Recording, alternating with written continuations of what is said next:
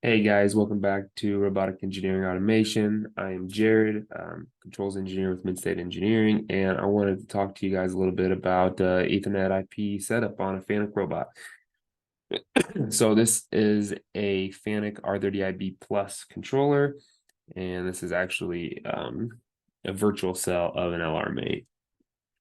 So let's jump right into it. So this will help a lot of people who are commissioning a new robot brand new out of the box. It's time to set communications with the PLC, or maybe you have had a new robot added to your production line and you need to set communications.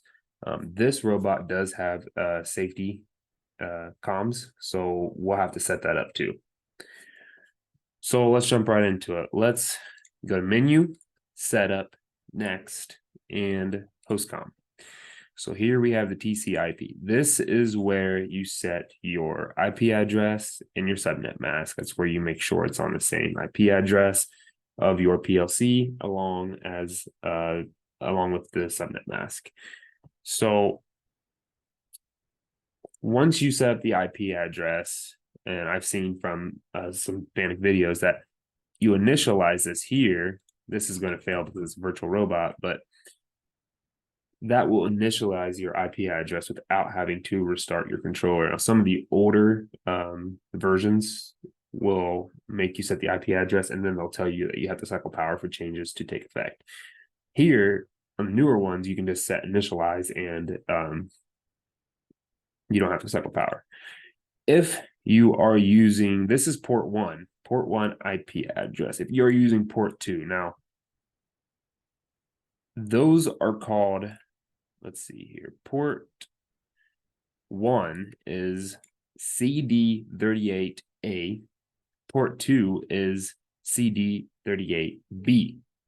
Doesn't matter which port 1 or port 2 that you use, so long as you make sure that you are configuring the right port in the TCP IP setup here. So if you're using CB38B, make sure that you are configuring port 2. Usually, a lot of us just use port 1 for the PLC. I have used port 2 in the past for direct Ethernet to Ethernet, robot to robot communications for master and slave producing, consuming data.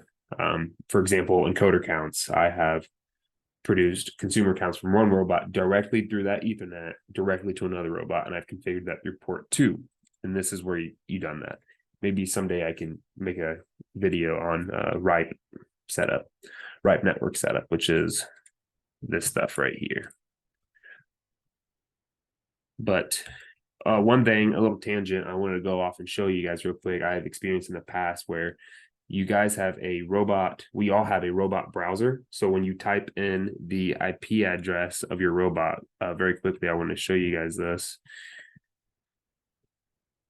That's not a very good example. Let's pull up Internet Explorer.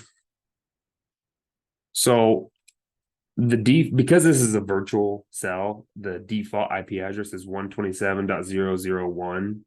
But in the real world, with the real world robot, this would be the IP address that you have configured in TCP on the robot. So once you get communications working, you can hop on the browser, and there's a lot of cool stuff you can do here. There's this thing called a comment tool where you can actually see all the IO that you have.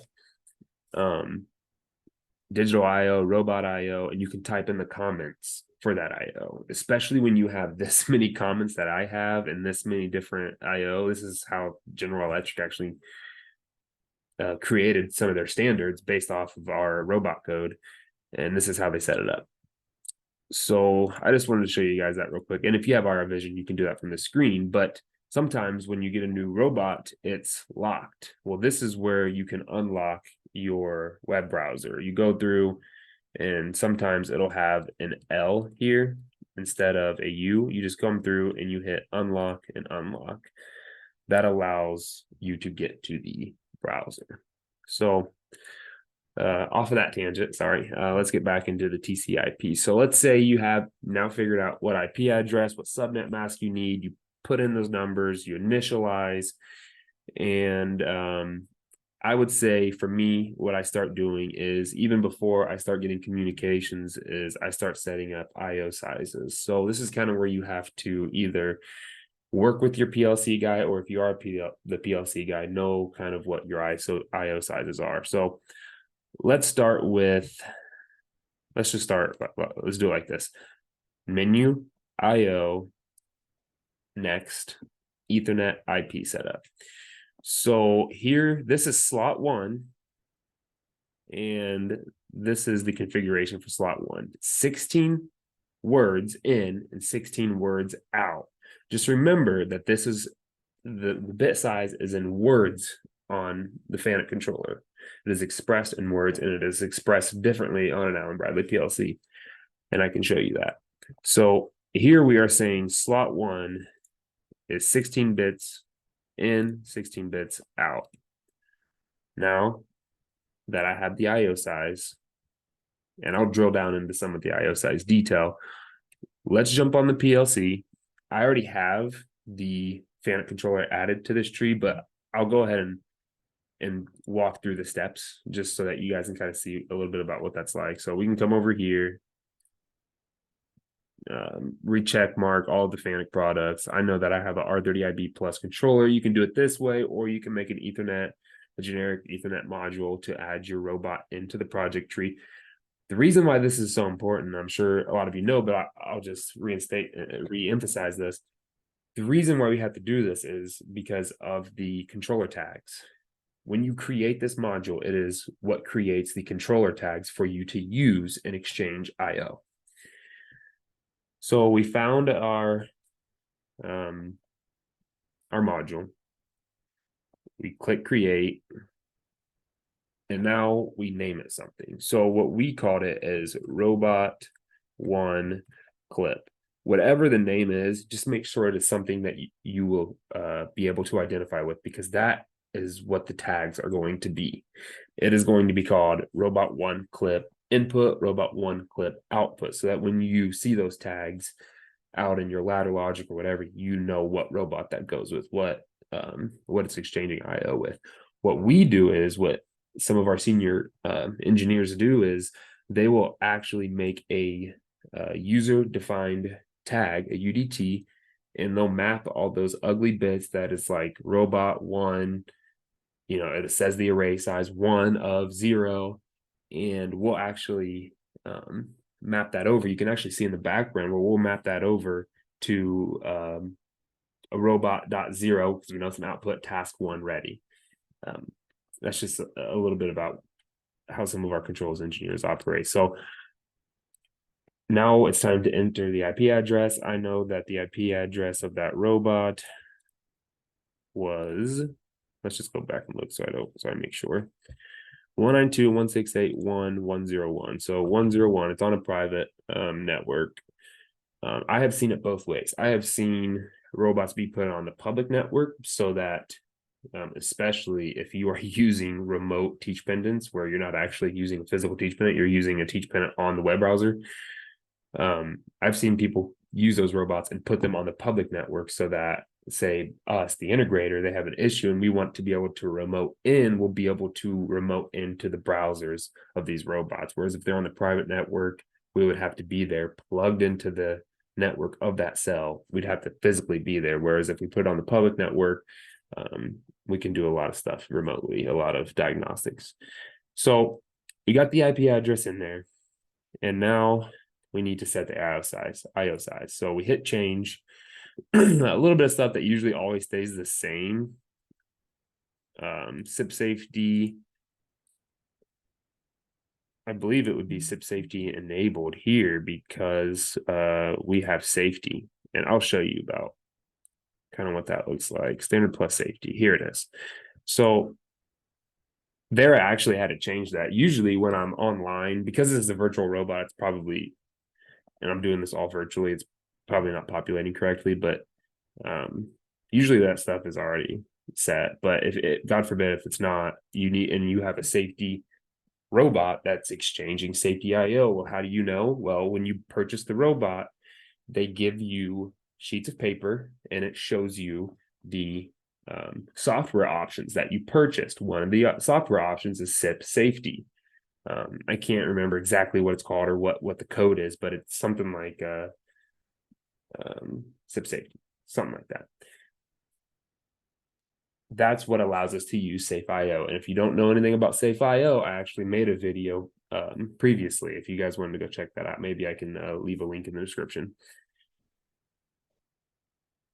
And SIP safety is huge because it prevents us from having to hardwire our FIN circuit, our e-stop circuit, servo disconnect. We can do that all over Ethernet, but this is how you set that up. So safety, standard safety, number of connections. Well, what does that mean? That is how many slots we are using here. I have seen it done both ways. We are only using slot 1. We are putting everything on slot 1. Group IO, digital IO, UOPs. That is all getting cram-packed into slot 1. That way we can structure it. We can structure the tags. The UOPs starts at the top. Digital IO starts at the bottom, and then group IO. We can do it in this kind of structured way where we have our IO kind of organized from top to bottom. I have seen it done another way where UOP signals, and let's take a look at UOP so you know what I'm talking about. UOP signals, another one of our robots engineers, he will put all of this IO 1 through 20, and he will configure it for slot 2. What is slot 2? Well, here's slot 2. But to prevent confusion, throwing it all in slot 1, it's a little bit simpler to understand. And so that's what that looks like. That is what slot 1 is. So we have one number of standard connections. IO size. Well, this is in 8 bits. Okay. I cannot remember off the top of my head. So let's find our good friend Google. If I can drag them over here. There we go. So 16 bits. A byte is 8 bits. A word is 2 bytes. Okay. A word is 2 bytes. A byte is 8 bits. So I know that when I say we have 16 words in and 16 words out, I know that that is going to be 32 and 32. The next thing that is incredibly important, if you miss this step, if you miss any of these steps, you will never get this robot to communicate properly, especially Ethernet IP safety. If you miss this step, you will never get the module to connect to the real world robot. So Ethernet IP safety, size 2 and 2. Now, it's a little weird how you have to get to the safety IO size of your Fanuc robot. So here we are sitting on this screen, right? This is, just to show you again, this is menu, IO, next, Ethernet IP. That is the screen we're on. And when you have purchased SIP safety software option, it gives you this I think it's F1 to F3 button for safety. That's it. That's the only place you will find where IO size for safety is located. It is only located on this screen. One of the major things you have to do when you first get this robot, it will say undefined. That is what it will say. It'll be defaulted to undefined. All you have to do is come in here and say what port you have it plugged in here to. Really quickly, let me show you what that looks like on a real world robot here. So this is CD38A. This is CD38B. So port 1, port 2, and then there is CD38C. I have never, I'm pretty sure you're not supposed to use port 3 for any PLC communications. I think that is specifically for IR vision, camera, power over Ethernet, GIGI cameras. I think that is only what port 3 is used for. I have used port 3 for a GIGI camera, but here is our PLC, port A. So that's what we're saying. We're saying that Ethernet is plugged into port 1. That's it. That is all you have to do here. There is a question mark on the safety network number. Well, that's because this is a virtual robot and I don't have them actually connected here. Sorry, my cat opened my door. And this is only read-only. This field is read-only. You cannot manually enter your safety network number. So IO size. The default is 2 and 2. I believe you can mess with those numbers. You can change the sizes, but I always leave that 2 and 2 here. And I believe I leave that here as 4 and 4. I can't remember. I think I put 4 and 4 here or 2 and 2 here. Either way, it should be okay. So I'm going to exit out of this module because I already have this module here. So let's take a look at this, the one that we actually have. We have the name, we have IO sizes. So it is 2 and 2. So we don't mess with that. It's 2 and 2. We don't change it. That's default. It's default in the PLC, and that's default size on the controller on Fanuc side. So we don't mess with that. You can see that our IO size is 32 and 32. If we did have another connection, if we did want to configure this for, say, UOP slot 2, that is how we would do that here. We would say that there's 2 connections, and then we would configure the IO size for slot 2, but we're not going to do that because that's not how we have it configured in the robot.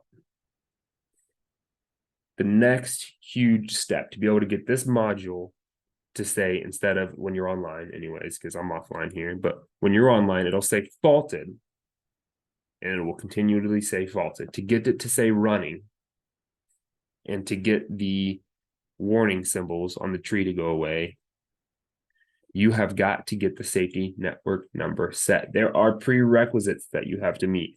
I would recommend, this has been a bit of a finicky process for me to go through. I'm not sure why this is so difficult sometimes. To set the safety network number, the set is grayed out with those. That's where those prerequisites have to be met.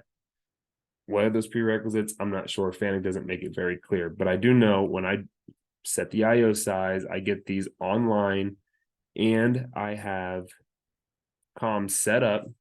Maybe I can ping it from my robot. Let's really quick show you what a ping looks like.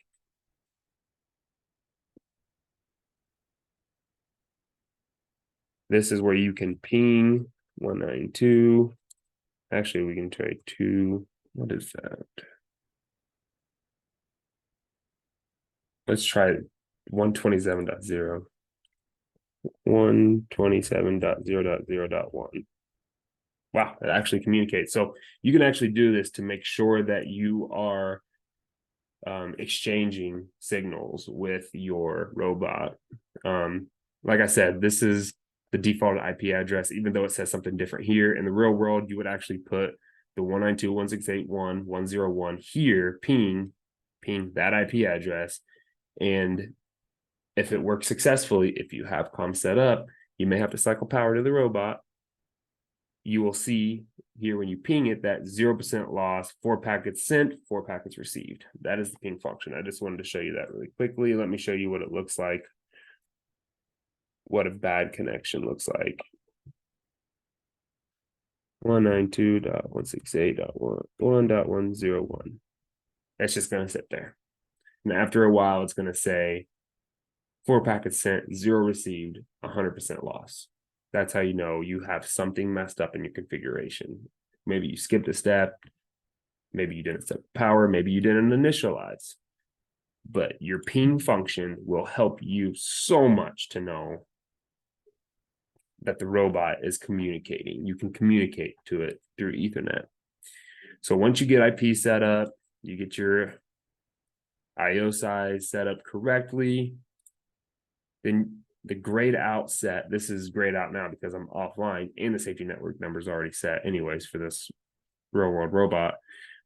This will no longer be grayed out. You can set it, and as soon as you set it, almost instantaneously, the status will say running. And then when you come back here, instead of saying offline, with the real world robot, once you have it configured, it will actually say online. And then once you have a solid connection, it's exchanging IO, it will say running. It will say running here, and it will say running here. Congratulations, you have successfully configured IO communications on your robot. One thing I wanted to go over before I let you guys go is digital IO sizes. So like I told you guys before, we set UOPs first, digital IO. Let's see if I can give you a visual demonstration of that.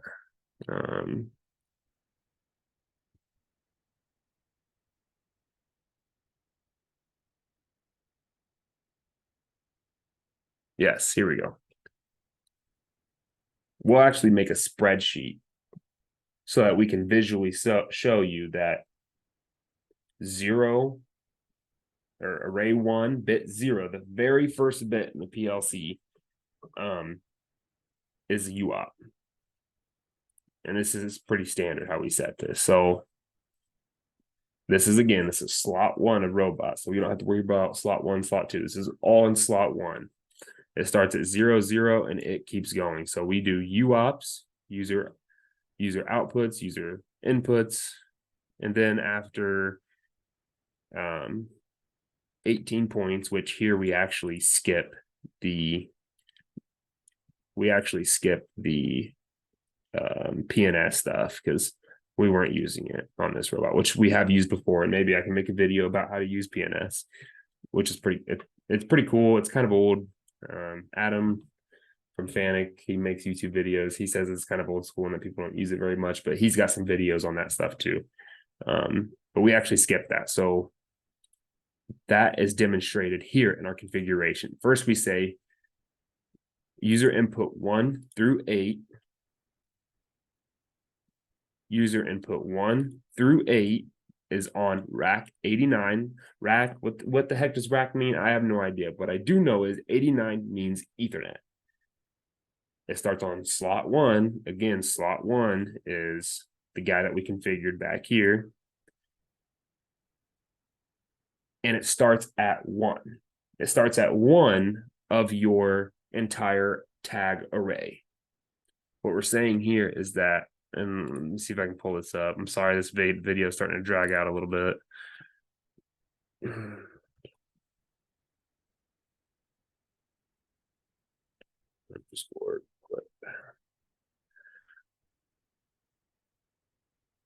Which would actually be outputs on here. We are saying that bit 1, it starts right here at 1. That's what we mean when it says it starts at 1. Then for the last one here, the last user input production start, we're saying it starts rack 89, slot 1, but it starts at 0.9. So we go back to our tags after 9 points, 1, 2, 3, 4, 5, 6, 7, 8, 9. That is that last bit of your user input. After this, I know this from memory, after 9 starts our digital inputs. So where the heck are you? That starts at 17.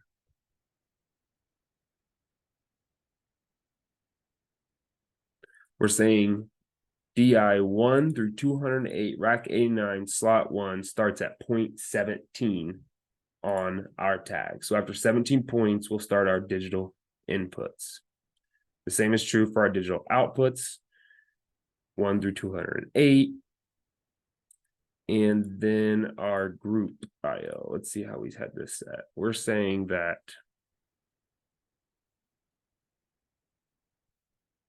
it starts at 0.199 on your tags here. I know that's kind of confusing, and that's why we map these over to tags that make more sense to us. Once it's all done and said, you get your groups configured, you get your digital IO configured, and you get your UOPs configured, and you are good. You are good to go. You can start exchanging IO. If you guys have any questions on this, please send some stuff in the comments. Feel free to reach out to me if you guys have any questions on this. And I appreciate you guys watching. Thanks. Hey guys, thanks for watching the video. If you like the content, be sure to smash that like button so I know you find this kind of content useful. Here in the future, I'm going to be posting loads of videos on Rockwell Automation, PLCs, factory talk, IR vision, literally everything under the umbrella of automation. And as I learn these things, I want to share them with you. So be sure to smash that subscribe button with the notification bells on. Thank you guys again for watching, and until next time.